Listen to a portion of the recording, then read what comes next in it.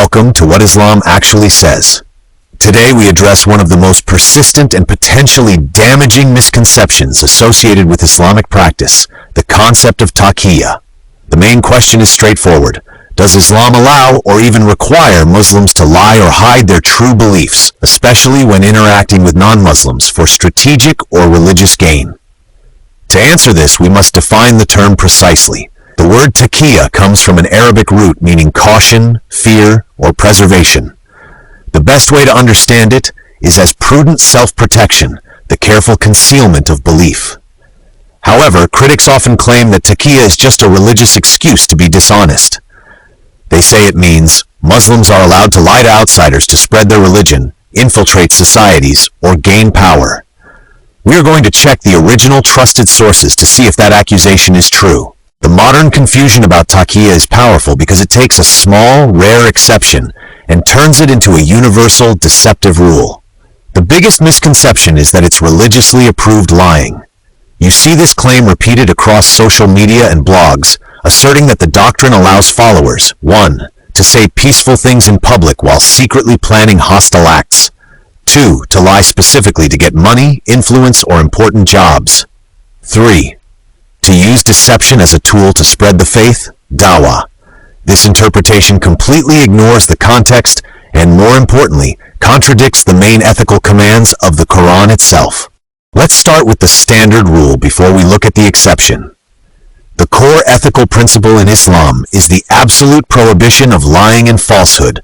For example, the Qur'an is very clear in Surah Al-Baqarah, do not cover up the truth with falsehood or hide the truth when you know it. Quran 2:42.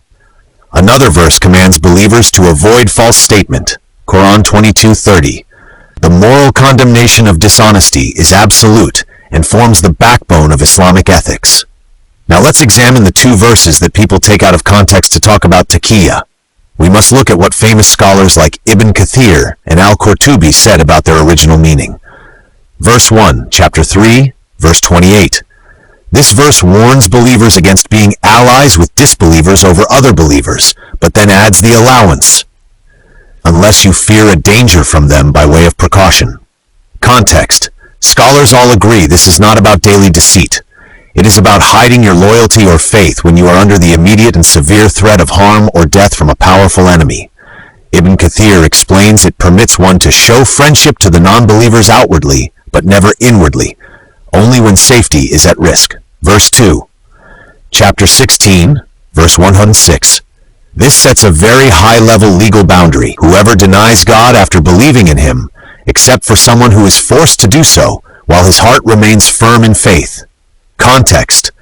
This verse refers to someone who is literally forced under torture or extreme duress to verbally deny their faith. The allowance is granted because the person's deep inner faith remains unchanged. It is a ruling based on extreme force, not convenience. The Prophet Muhammad's way of life proves that honesty is key. He said truthfulness is the path to moral success and heaven. The Prophet, peace be upon him, said, truthfulness leads to righteousness, and righteousness leads to paradise. Lying leads to wickedness, and wickedness leads to the hellfire. Lying is presented as the start of a complete moral breakdown. He also called lying one of the main signs of a hypocrite. For early Muslims, it was understood that a believer might make mistakes, but never commit deliberate lying or treachery. The three rare exceptions.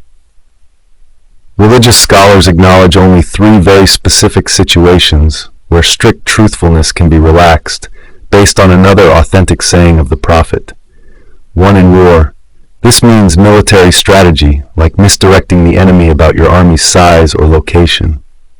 It is not a green light to break treaties or deceive non-combatant civilians. Breaking agreements is strictly forbidden in Islam.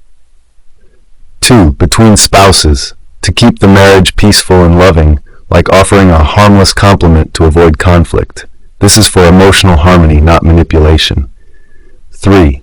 Reconciliation, to fix a dispute between two people. For example, saying kind things about one person to the other to help them make peace. In every other part of life, in business, in social interactions, and in politics, the rule is always absolute honesty. The major schools of Islamic law agreed that Taqiyya is a special permission, Rukhsa, not a general command. They saw it as applying only in cases of extreme need. The famous scholar al-Qurtubi summarized the position of the majority. The basic rule for Taqiyya is that it is not allowed unless a person fears death, the loss of a limb, or extreme bodily harm. Criticism of misuse. The influential scholar Ibn Taymiyyah strongly criticized those who tried to use Taqiyya outside of these survival boundaries. He argued that if dissimulation is used habitually in everyday life, it stops being a permission and becomes the very definition of hypocrisy, which Islam condemns. The scholarly agreement is clear. Taqiyya is a rare defensive shield intended to protect life. It is strictly forbidden as a tool for personal, political, or religious advantage. The mistake in understanding Taqiyya comes from taking the text out of its context. This is when you take a legal ruling and ignore the strict conditions that define it. The misuse by critics.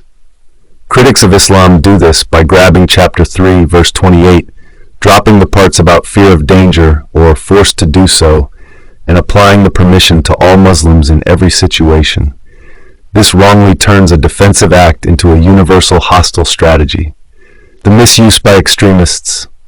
On the other side, a few extremist groups also misuse this concept, or the allowance for strategy in war, to try and justify spying, political deception, or breaking agreements with non-Muslims. Both extremes make the same fundamental mistake. They ignore the fact that scholars tied Taqiyya only to the preservation of life, not to worldly advancement. Based on all the evidence from the Qur'an, the Prophet's practice, and centuries of scholarly opinion, we can give the final, balanced ruling. The allowance known as Taqiyya is not a permission to lie. It is a narrowly defined defensive exception meant to protect one of the main goals of Islamic law, the preservation of human life. Classical Islamic law strictly forbids using this exception for the following. 1. Lying to spread the message of Islam. 2. Lying to get political power, money, or personal advantage. 3. Breaking promises or committing treachery.